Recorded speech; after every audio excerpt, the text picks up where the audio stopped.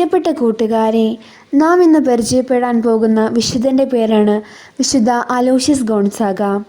1568 March 9 ഇറ്റലിയിലെ മോഡുവായിലാണ് Aloysius ജനിച്ചത്.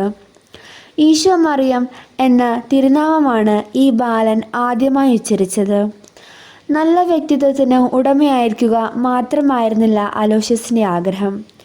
ഒരു വിശുദ്ധനായി തീരുവാൻ കൂടി അദ്ദേഹം ആഗ്രഹിച്ചിരുന്നു. ഈശോ സഭ മിഷണറിമാർ ഇന്ത്യയിൽ എന്ന ഗ്രന്ഥം വായിച്ച അന്നു മുതൽ അലോഷ്യസിന് ഈശോ സഭയിൽ ചേരാനുള്ള ആഗ്രഹം ജനിച്ചു. തൻ്റെ 17-ാം വയസ്സിൽ അദ്ദേഹം സെമിനാരിയിൽ ചേർന്നു. ഞാൻ വളഞ്ഞൊരു ഇരുമ്പ് വടിയാണ്, ആശാനിഗ്രഹവും പ്രാർത്ഥനയുമാകുന്ന ചുറ്റിക വഴി എന്നെ നേരെയാക്കുന്നതിനാണ് ഞാൻ സന്യാസം ആശ്ലേഷിച്ചത് എന്നാണ് ഈശോ സഭയിൽ നോവിസായ അലോഷ്യസ് പറഞ്ഞത്. 1591 ജനുവരിയിൽ റോമിൽ ശക്തമായ പ്ലേഗ് ബാധയുണ്ടായി. നഗരത്തിലെ ആശുപത്രികളിൽ മുഴുവൻ പ്ലേഗ് ബാധിതരെ കൊണ്ട് നിറഞ്ഞു. ഈശോ സഭക്കാർ തങ്ങളുടെ മുഴുവൻ വൈദികരെയും വൈദികാർത്ഥികളെയും ആശുപത്രികളിൽ രോഗികളെ ശുശ്രൂഷിക്കുന്നതിനായി നിയോഗിച്ചു. അദ്ദേഹം രോഗികളെ പരിചരിച്ചു തുടങ്ങിയപ്പോൾ അദ്ദേഹത്തിനുണ്ടായിരുന്ന ഭയവും അറപ്പും സ്നേഹവും സഹതാപവുമായി മാറി. പിന്നീട് അലോഷ്യസ് രോഗികൾക്ക് വേണ്ട എല്ലാവിധ സഹായങ്ങളും സേവനങ്ങളും ചെയ്യാൻ ആരംഭിച്ചു. രോഗികളുമായുള്ള അടുത്തിടപഴകൽ അപകടകരമായിരുന്നു. ആഴ്ചകൾക്കുള്ളിൽ അലോഷ്യസിന് പ്ലേഗ് രോഗം പിടിപെടുകയും ഗുരുതരാവസ്ഥയിൽ ആവുകയും ചെയ്തു. ഒടുവിൽ അദ്ദേഹം ഈശോ എന്ന നാമം ഉച്ചരിച്ചുകൊണ്ട് തൻ്റെ 23-ാം വയസ്സിൽ മരിക്കുകയായിരുന്നു. ഞാനൊരു ഉത്തമ ഭൃത്യനാണെങ്കിലും അതിലുപരി ദൈവത്തിന്റെ നല്ലൊരു ദാസനാണ്. ഈശോ മിശിഹായ്ക്ക് സ്തുതിയായിരിക്കട്ടെ. 1478 ഫെബ്രുവരി 7 ലണ്ടനിലായിരുന്നു തോമസ് മൂറിന്റെ ജനനം. ചെറുപ്പം തൊട്ടേ മിടുക്കനായിരുന്നു. അതുകൊണ്ടായിരിക്കാം ഇംഗ്ലണ്ട് ചാൻസലറും കാൻറ്റർബറി ബിഷപ്പുമായിരുന്ന ജോൺ മോർട്ടൺ അദ്ദേഹം ഒരു അത്ഭുത മനുഷ്യനാകുമെന്ന് പറഞ്ഞിരുന്നത്. ഓക്സ്ഫോർഡ് യൂണിവേഴ്സിറ്റിയിലെ മിടുക്കനായ ഒരു വിദ്യാർത്ഥിയായിരുന്നു അദ്ദേഹം. സാഹിത്യത്തിലും ആത്മീയപരമായ താല്പര്യങ്ങളിലും വിഭിന്ന ഇഷ്ടങ്ങളായിരുന്നു.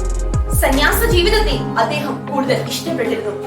പഠിക്കുന്നതിനോടൊപ്പം തന്നെ ലണ്ടനിലെ ഒരു മഠത്തിൽ കാർത്തൂഷ്യൻ സന്യാസിമാരോടൊപ്പമായിരുന്നു ജീവിതം. ബാക്കിയുള്ള വിഷ്ണുവിൽ നിന്ന് വ്യത്യസ്തനാക്കുന്നത് രാജ്യത്തോടുള്ള ധർമ്മബോധം തന്നെയാണ്. രാജ്യത്തെ ഏറെ സ്നേഹിക്കുകയും ബഹുമാനിക്കുകയും ചെയ്ത ഒരു പൗരനായിരുന്നു അദ്ദേഹം. ലണ്ടനിൽ പഠിക്കുമ്പോൾ പാർലമെന്റിൽ ഉണ്ടായിരുന്നു. സാമൂഹ്യമായും ഒരുപാട് കാര്യങ്ങൾ അദ്ദേഹം ചെയ്തിട്ടുണ്ട്.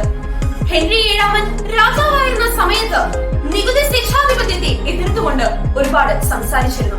അതിന്റെ പേരിൽ രാജാവിനുമായി പ്രശ്നങ്ങൾ ഉണ്ടായി. കാരണം ആദ്യമായിട്ടാണ് രാജാവിനെയും രാജാവിന്റെ തീരുമാനങ്ങളെയും എതിർത്തുകൊണ്ട് ഒരാൾ സംസാരിക്കുന്നത്.